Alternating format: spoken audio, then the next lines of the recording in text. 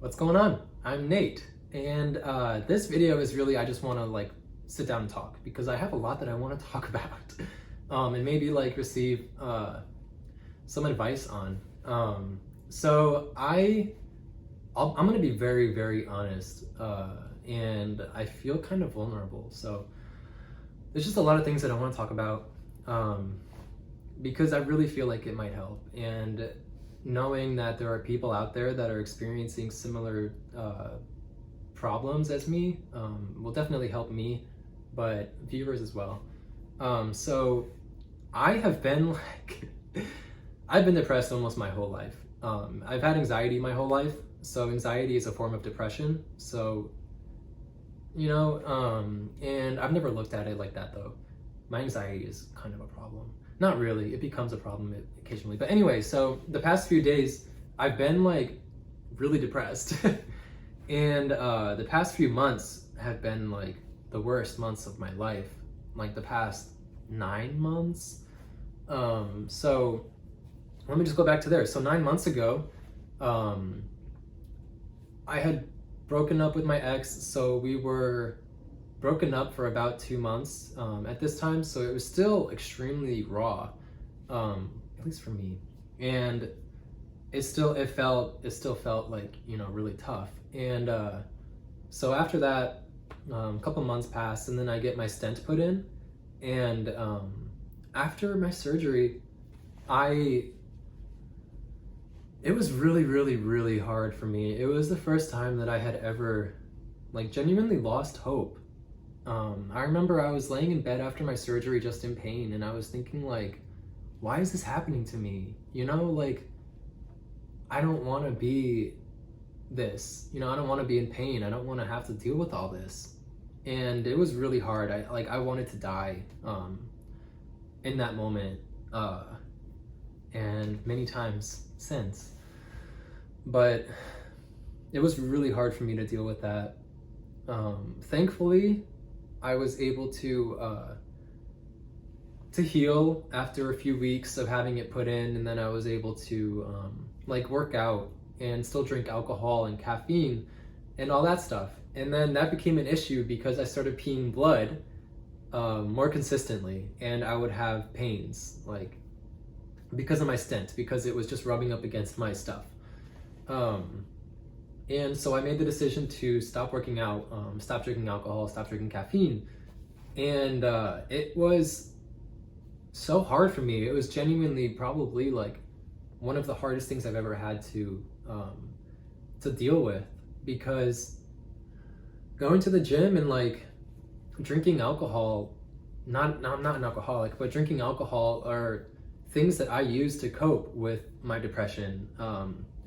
And so when I didn't have that, it was like, wow, like I don't have the things that I would use. Like my medical problem really was the biggest hurdle for me, and it was really holding me back, and it was really something that I could not get over. And so I have this medical problem, and then I have these coping mechanisms, which I can't do because of my medical problem, and my medical problem is why I need these coping mechanisms. So you can understand like how frustrating and difficult that was for me, especially seeing people doing the things that I can't do, which is fine. Like I am not going to be that person to be like, you can't do that, because I can't do it. But it was still hard for me, like really hard. It was extremely isolating a lot of the times, and I had people around me, but the biggest moments with my medical stuff, I was alone, and that's just how it is. But so I had my stent in, and once I stopped like working out and drinking alcohol and doing all that, I at least had the understanding that this is for me. I have to do this for my health. My health is the most important thing, my physical health, at least in that moment. And so some time passed, and I had my stent replaced, and having it replaced was horrible, because since it had been in for 7 months at that point, and it was only supposed to be in for a few weeks, my stent. So they had it replaced, and I knew that it was damaged, like because of all the strenuous like stuff that I was doing. It's almost like how a fence grows around a tree. It's that same concept. One of my friends, Allie, actually had the same thing happen to her. Because you're not supposed to have stents in for that long. Only like a few weeks to a month, maybe 2 months tops, but not 7 months. So when I had that replaced, I was peeing blood every time I peed for 3-4 weeks. And then I had my big surgery. And it was horrible. I also was not just peeing blood, but clots as well. And I call it space junk. It was almost like pieces of flesh. I call it pink lemonade and space junk. So I'm like, yeah, I'm peeing space junk and pink lemonade. Because that's what it felt like and that's what it looked like. It was just shit in my pee. And I could feel the clots like coming out. Especially because I would know that they were coming because I could feel them in my bladder. Almost like kidney stones, just definitely not as severe. But I hate that, and I never want to deal with that again. Oh my god, there were some clots that were like, it's really gross, but there were some clots that were like big. You know what I mean? Like, they at least came out. And but anyway, so I had my surgery, and the surgery itself went fine. But post-op was excruciating. Literally the worst pain I've ever been in my life, and just the worst situation I have ever been in my life, I felt like. And they scratched my eye, my left eye during surgery, which they said was common, but that was my 5th surgery, and my eyes were not scratched any time before that. So Tampa General seriously needs to step their shit up. And not even because of that, but a lot of other stuff that was happening with my post-op. It really felt like there was a lot of miscommunication. Like, I would tell one nurse, this is what I want. Like, for example, they kept bringing me solid food, and I would be like, I don't want solid food. Like, I don't have an appetite for that.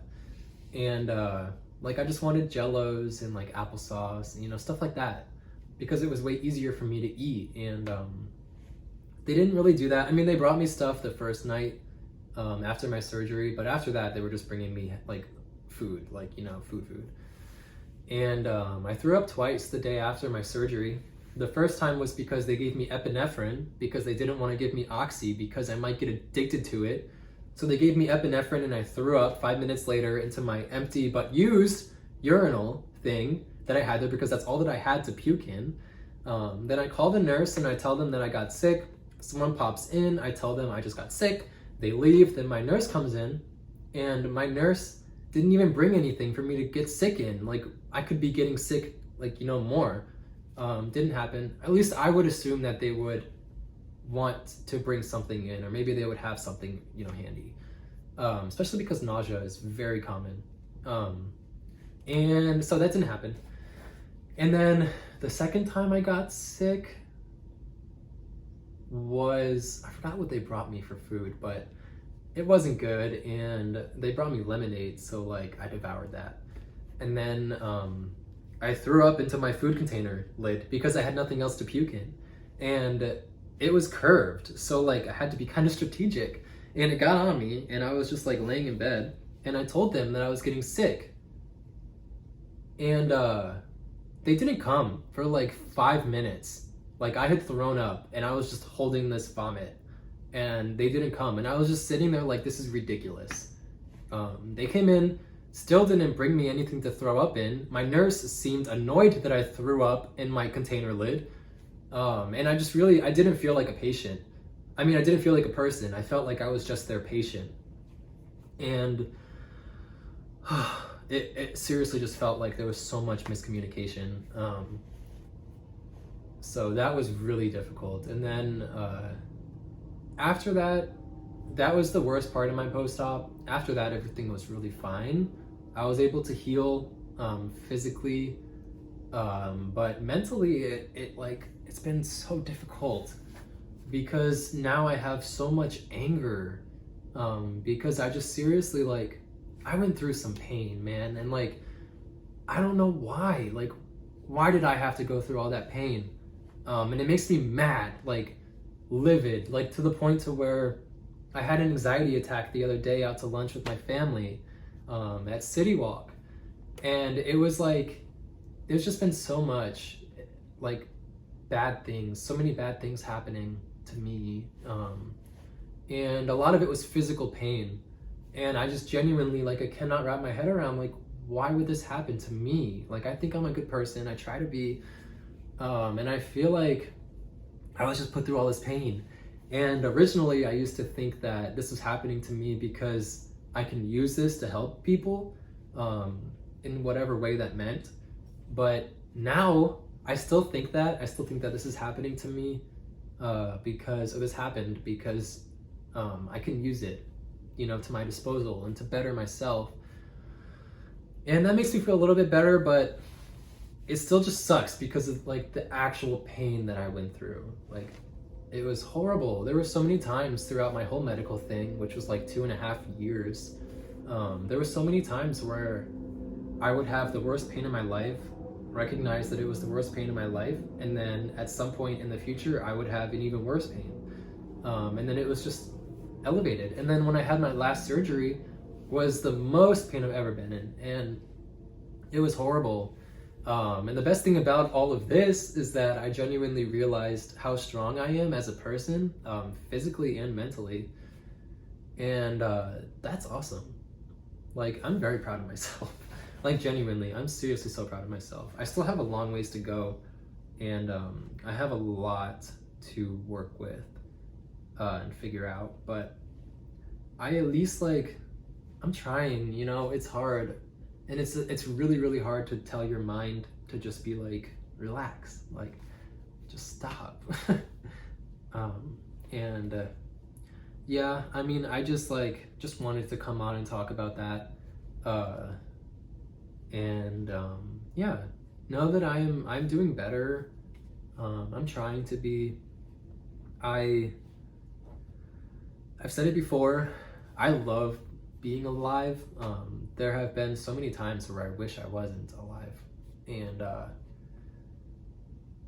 you just kind of get past it, I guess. But life is fucking hard, man. But anyway, I don't know if I showed this, but I painted this during one of my depressive episodes. It was something that I was using to cope since I couldn't like physically work out and stuff. So I painted this. It took me 4 days and like 30 man hours, maybe like around there.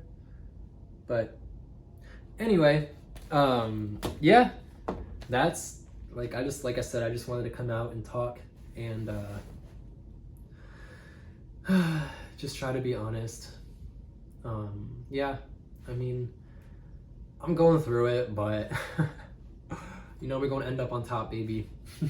I really hope that like that you guys are okay, that you watching this, that like you feel like, you know, level on your mind, body, and soul, that they all feel on the same level, because that's true like euphoria.